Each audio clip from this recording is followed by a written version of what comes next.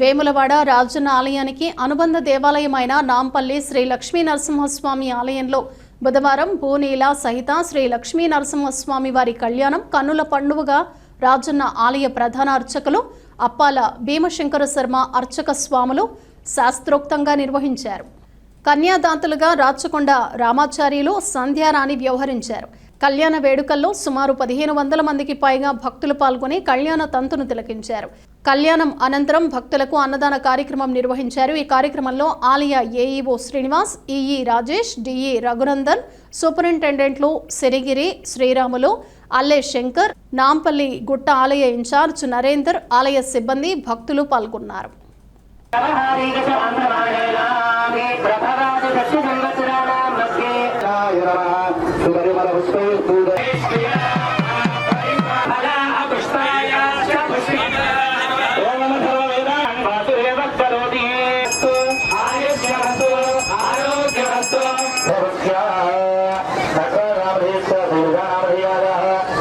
గోత్రం సుమిత్ర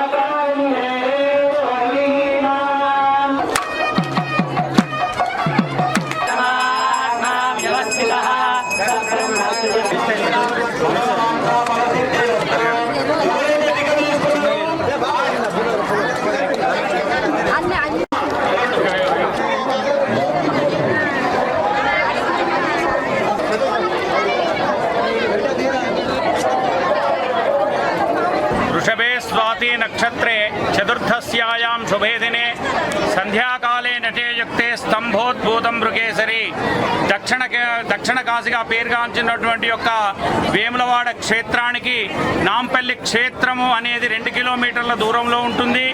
ఇక్కడ శ్రీ స్వామివారి యొక్క బ్రహ్మోత్సవాలు వైశాఖ శుద్ధ ఏకాదశి నుండి శుద్ధ ఏకాదశి నుండి స్వామివారి యొక్క బ్రహ్మోత్సవాలు ప్రారంభమవుతున్నవి. మరియు స్వామివారి యొక్క కళ్యాణ మహోత్సవము వృషభే స్వాతి నక్షత్రే చతుర్దశ్యాయాం శుభే దినే సంధ్యాకాలే నటయుక్తే స్తంభోద్భూతం మృగేసరి వృషభ లగ్నంలో స్వాతి నక్షత్రం చతుర్దశి నాడు శ్రీ స్వామివారి యొక్క కళ్యాణ మహోత్సవము నాంపల్లి క్షేత్రం యందు అత్యంత వైభవంగా జరిపించబడుతున్నది. మరి ఈ కళ్యాణ మహోత్సవానికి భక్తులు కూడా అధిక సంఖ్యలో వచ్చి ఆ స్వామివారి యొక్క మంగళాశాసనానికి కృపకు పాత్రులు అవుతున్నారు. మరి ఇక్కడ స్వామివారి యొక్క కళ్యాణం టికెట్లు కూడా ఏర్పాటు చేయడం జరిగింది.